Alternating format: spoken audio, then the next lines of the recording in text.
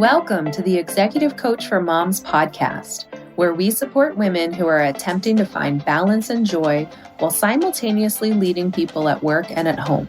I'm your host, Leanna McGrath, former tech exec turned full-time mom, recovering perfectionist and workaholic, and certified executive coach. Hi, everyone. Welcome back to the show. Thank you so much for joining me. And I am here today for part 2 of a 2-part conversation with Erica Willie. If you didn't tune in last week, go back and listen to it. It was an amazing conversation, and I know you're going to love it. But if you are just tuning in, let me tell you a little bit about Erica. Erica is a former NFL cheerleader turned tech strategist, nonprofit founder, and mom of 3 with a background in computer science and a master's in instructional design. She blends technical know-how with heart-led leadership.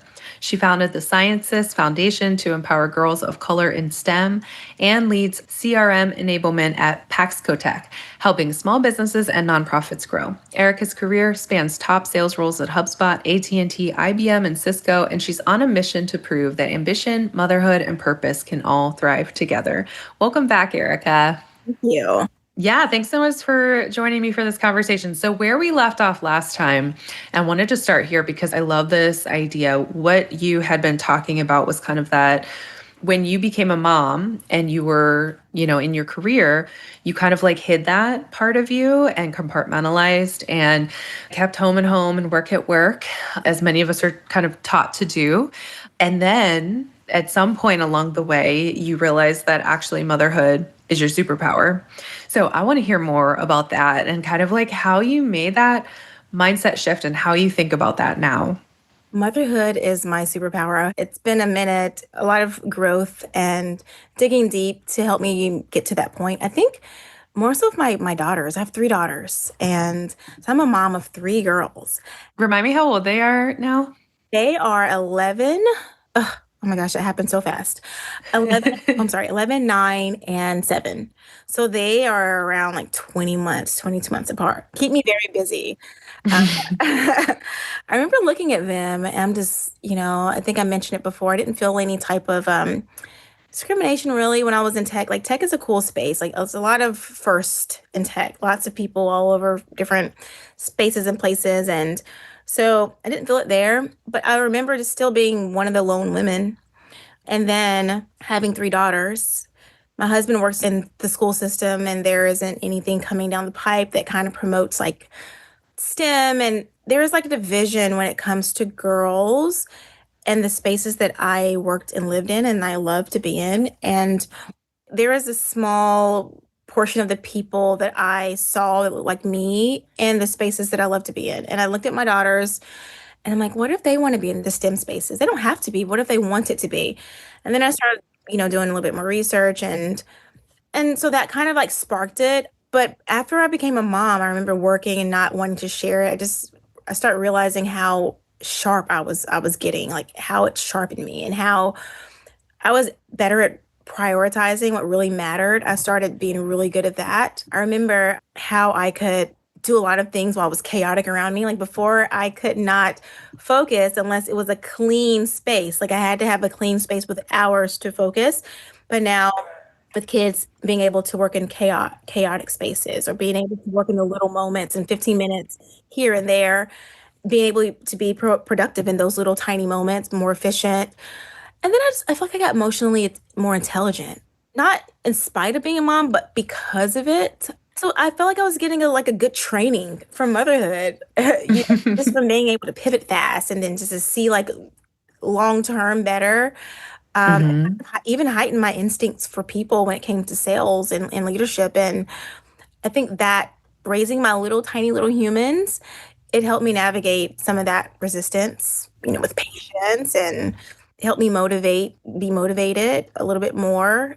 And so that is how motherhood became my superpower through my children, watching them, being a mom to them, and then not separating or compartmentalizing that, but bringing it into my workspace, bringing the lessons that I was learning from being a mother into my workspace. And I found myself being more efficient and leading differently I remember being in tech sales and being in enterprise space, having a BDR, and how proud I was when my BDR would be promoted, or wanting to learn their goals and wanting to see them succeed. That came from being a mother. And I think I learned those lessons from watching my daughters. And so I let it come into my workspace, and that's how it became my part of my superpower.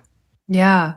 I love whenever we can find ways where motherhood really helps us at work because so often it is more viewed as a hindrance to us and to our careers. And I think to your point, there's so many ways where it benefits us and it benefits our career and it benefits those around us. Because to your point, it's like your level of caring for other people and being invested in their success is so much greater whenever you have little humans. I don't know, at least it is for me. And it sounds like for you as well.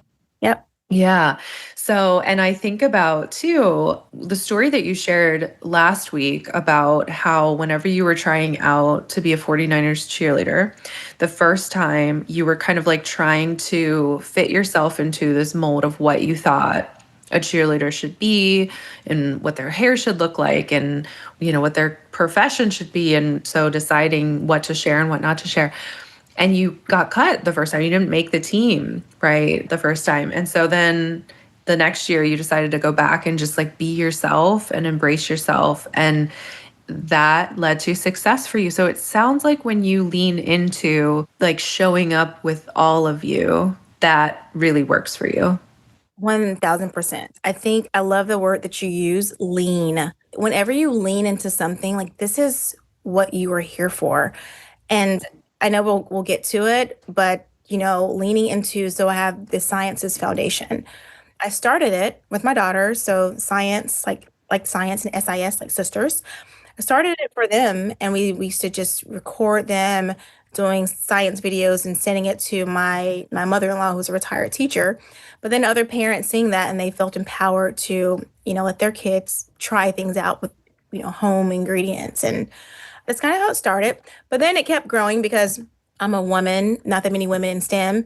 And then with my husband in education, I didn't see anything coming down the pipeline that's going to increase STEM education. It was all about reading, and that's great. So that meant STEM happened in middle school and up. And, a lot of research shows that especially girls, they kind of decide what they are good at. And usually they're not quote unquote good in math by middle school. And so I'm like, I need to catch this, this group of girls before. And so I started the ScienceSIS Foundation, and my motherhood kind of fuels that mission.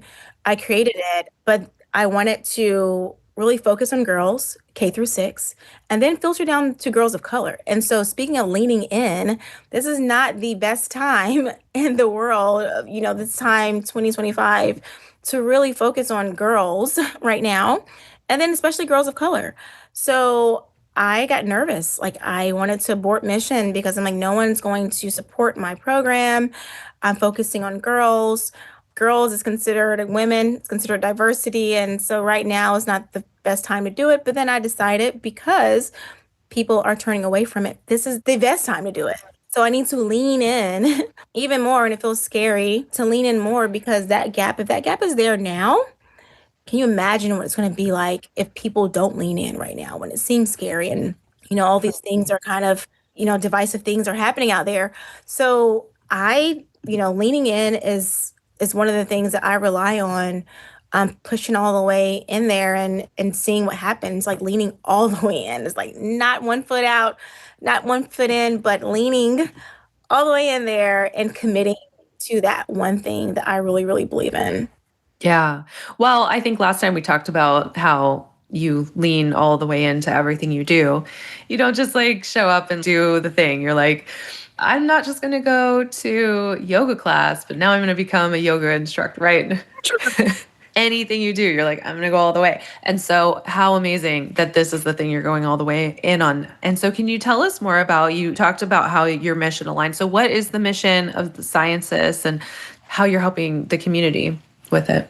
So the ScienceSIS is my heart, my passion project that I started while I was still working, and it's basically to expose STEM to girls early, especially girls of color K through 6, because I can tell you from my experience, or you can look at research and read data and find that there are gaps when it comes to women in STEM.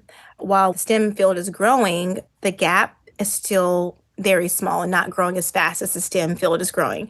And there are a lot of reasons why. Because girls don't see people who look like them in the STEM fields enough because they're not exposed to it early. And so those are the two things that the ScienceSIS Foundation focuses on. So we focus on girls, exposing them to STEM, exposing them to women who look like them in the field where they can, talk to and learn lessons from and see examples of people who may not have had the best confidence, at a young age. And so we have this big flagship event called the Galaxy Fest. That's once a year. It's free, and all of our programs are free. We have monthly meetups. So every month we meet up and we do some type of STEM activity. There is a woman in STEM there to kind of relate to whatever the activity is. And then we have a Woman in STEM quarterly event because even when you're working in a field, you want to have women who stay there or people who stay there. And part of that is having people who look like you. And so being able to grow the base of women in STEM is very important as well, to make sure that we have girls to filter to them, but also, for them to grow that area and stay in that area. So those are the three things that ScienceSIS focuses on. And I use Paxco to grow that. And so Paxco is a CRM partner of HubSpot. I use HubSpot to grow ScienceSIS, very small nonprofit, but people don't really understand how small it is because of the technology behind it, because I love technology, obviously. And so I use that to grow it and also to help other nonprofits. So it's just like really, really fun right now. I feel like I'm right in my flow. I can really use what I love, technology, to grow a passion and to also pour back into women or to nonprofits or to other businesses who want to grow theirs by using the technology that I use every single day. Yeah. I love it. Tell me more about Galaxy Fest. I've seen you like post about it and it looks really cool, but tell me more about what it is. So Galaxy Fest, if you can think of Beyonce and NASA having a baby, that would be Galaxy Fest. So Beyonce is the mom and NASA is the dad, and Galaxy Fest is the baby. There's a big stage that you see science experiments happening. There's music. There are artists, chalk artists. There's double dutch. There is face painting and nail painting and rock climbing walls and robotics and everything. And there's science behind it all. So we have curriculum developers to show like, hey, there's science behind double dutch. Did you know that? Just scan here. We'll show you the science behind it. And so kids can go through the park and it's free and they can go through all the interactive stations. They can come and sit and watch the show. There's food trucks. It's just a celebration of science in a fun way. We meet the kids where they are. A lot of people are like, is it just for girls? I market to girls because if I do not, then all the boys will show up. But boys do show up and it's great and they have fun. And, so the brothers can come. It's usually 50% boys anyway. But yeah, that's the Galaxy Fest. It's just a big festival of science and it's every single year and it's growing. I even had a mom come from another state. She heard about it because she's like, there's nothing like it here. I love that. So it's in Jacksonville. Jacksonville, Florida. Yeah. And when is it this year? It's in September. So we found a sweet spot. So September, the week after Labor Day, this year happens to be September the 6th, is a sweet spot because school just started, but it hasn't started long enough for all the things to happen. So all of the activities haven't been scheduled yet. So September the 6th, so the weekend after Labor Day is the weekend that we do Galaxy Fest every year. I love it. Well, we'll put the link to it in the show notes. And if anyone is interested, if you're in the Jacksonville area or if you want to travel from out of state, like yeah, travel from out of state, bring your girl crew and come on down. Yeah, I love that. I remember I volunteered with First Robotics for a while. It sounds kind of similar, but that was very like robotic focused, but it was like making robotics cool for kids. And so, they had like a DJ and there was music and it was at an arena, like it was like a huge thing and you had a team and you built a robot. It was super cool, but I loved it. And I loved when I would see girls. I was one of the judges and I would like go around and make sure to check in with the girls and like just it was so fun to like hear, why they got involved and what part they played in building the robot. And, they would tell you all about the robots and stuff. It was really cool. Really special. And girls, they act a different way when they're amongst their friends, just like we do. They show up differently and they're more vocal. You can hear them more. And so something special about being able to be in your zone with people who look like you, but boys are going to be there. Yeah. So you chose to leave an enterprise sales role. You started building this kind of while you were doing that. Tell me about like how did you decide to take that leap, and how's it been? It's been great. So the leap was very natural because as an enterprise sales rep, you work with a team of people. So you are never selling alone. You're working with legal, you're working with probably marketing, a sales engineer, a sales architect, and then a partner. So there's always partners that you work with to bring deals over across the line or introductions to new deals. And so I always work with a partner. All of enterprise reps work with partners. And so my mother actually had a brain aneurysm. And so the company that I was with, HubSpot, loved the company. They were very gracious and they supported me throughout the way. But you can't do both. Again, you cannot do it all. And so while I loved being there, I had to say no to enterprise sales while supporting my mom. However, I could still do a little bit of partner work. And so I could work as a partner. And so a friend of mine who worked at IBM with me, and then she also was a product engineer at HubSpot, we decided to be partners. Just like partners supported me as an enterprise rep, we decided to do the same thing. And so it's just a natural transition because I was using HubSpot to grow the ScienceSIS, and HubSpot, they really encourage the reps to have a HubSpot account to start their own business or use it for their own business. So I was already using it. And it was just so easy to use. And I was telling another friend about it, and I was telling another nonprofit about it and how easy it was to use. And they were like, all right, can you help us do it? And I'm like, okay, this is fun. And then I asked my friend, I'm like, hey, do you want to do this? And she's like, yeah. And so we're talking to people about it and bringing them on. And she's like, this is really fun. And so it was very natural because I use it every day. I can sell it how I use it, especially to nonprofits. So it's just a natural transition to that. Yeah. I was thinking actually about your mom. We were talking last time about how like you were starting to faint whenever you were pregnant and trying to do it all. And I was thinking about how I remember, I think we talked around the time that that happened with your mom, and it was kind of like also a bit of a wake up call of kind of like what's important to me and how do I want to be spending my time. Exactly. It was. And it's one of those things where I remember my mom, she's worked for the bank her entire life, the same company. And, it's a great company. However, I remember her talking to me about, I wish I could have done this. This would have been great for me to do this company. Some of the things that I think I can leave my child, my kids, my legacy, when something happens to me, I want to be able to leave them something. And how I think I remember her telling me that this company is not hers to leave. This is another company, and when she's sick, then they're going to get someone else to do it. So it made me think about how short life is and how I wanted to leave my legacy, how I wanted to show up with my kids, how I wanted to, if I'm going to put stressful energy into something, it's going to be something that I really believe in and something that I can leave and it's part of my life and I can show up as a mom as well. So all those things played into the transition. While it was a natural transition, it all helped me to affirm me that I was making the right decision. Yeah.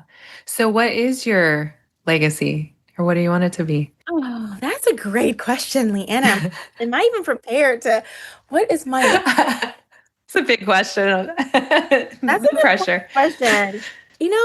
I would say me and my family, we have like a mantra. Mm. One of our mantras is to leave it better than we found it. Mhm. So I say that could be part of my legacy, leaving something better than I found it. So I don't want my children, my three daughters, if they choose to be in STEM, to feel like me.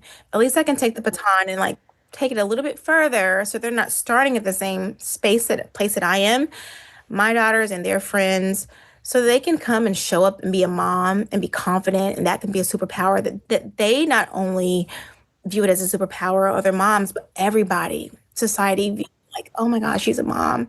Not saying that moms are, the end all be all, but that's just one of the things that I would like for them to be able to show up and be their full selves and not have any types of insecurities. So if I can leave it better than I found it, I like bringing people with me. I think that's a mantra as well. Like I don't believe in scarcity. Like I love learning from people and me, like a little bit that I have mastered. I'm generous with that. So taking people with me and leaving it better than I found it is part of like a mantra. But just leaving behind systems and spaces and stories that just make it easier for my daughters and their friends and the next woman and the next mother to rise. And that, I think that will be my legacy as far as personally.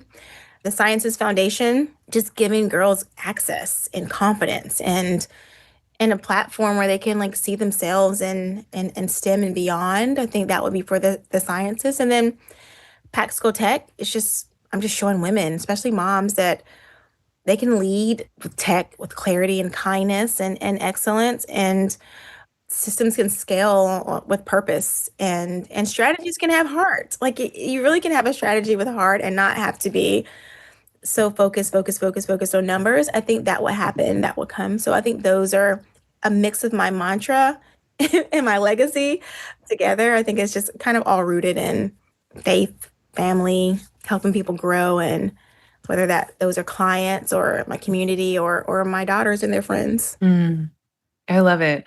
It is like so you to say leave it better than you found it, because it's like, you show up to something and you're like, how can I just like maximize it? How can I take it all the way? Yeah, I'm always like helping, wanting to help. Like, how can I help you? Yeah. And I think it makes sense that number one, like that when you went into STEM decades ago and kind of found like challenges there, you're like, I want to make this better for people. And I think that's, amazing. And then also on top of that, you have three daughters who are inspiring you even more to leave it better than you found it. Yeah. And they're friends. And I'm like, just, and, Mm. and other moms and, just trying and showing up and not failing and saying it's okay. Like, let's just try.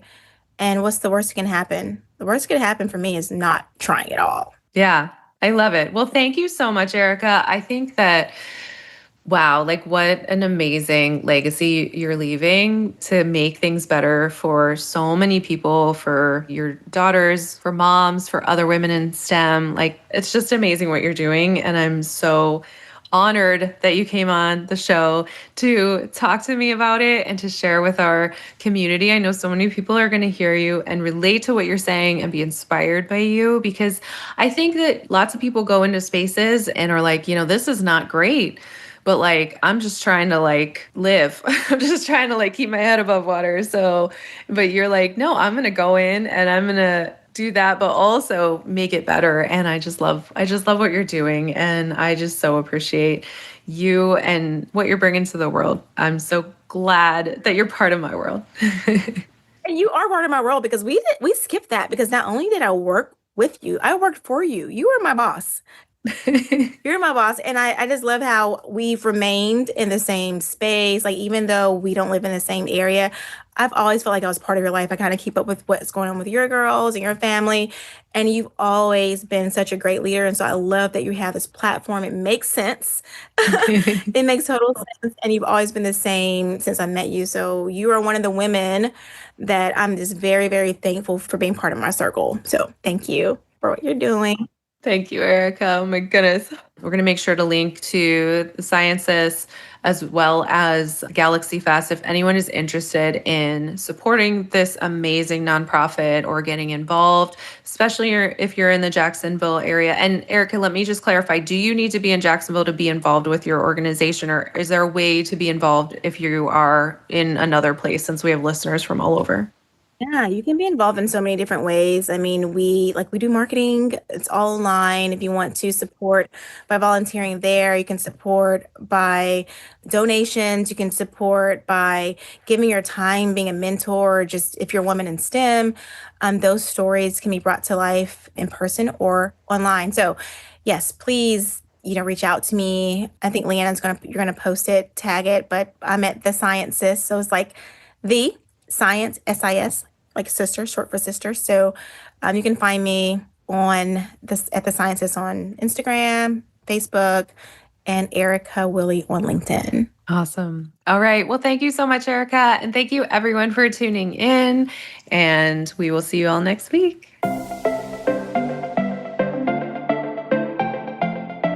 If you're loving what you're learning on this podcast, I'd love to invite you to check out the Executive Mom Reset. It's my 6-month coaching program for ambitious, success-driven, career-focused women who are ready to stop surviving and start thriving. Together, we'll tackle the stress, guilt, and overwhelm that come with being a high-achieving executive mom. You'll learn how to set boundaries, prioritize what truly matters, and build the confidence to show up powerfully at work, at home, and for yourself. Head on over to CoachLeanna.com right now to schedule a free discovery call. We'll spend an hour talking about where you are now, what you want to create, and how I can help you get there. Because every woman deserves to live the life of her dreams. Let's create yours together.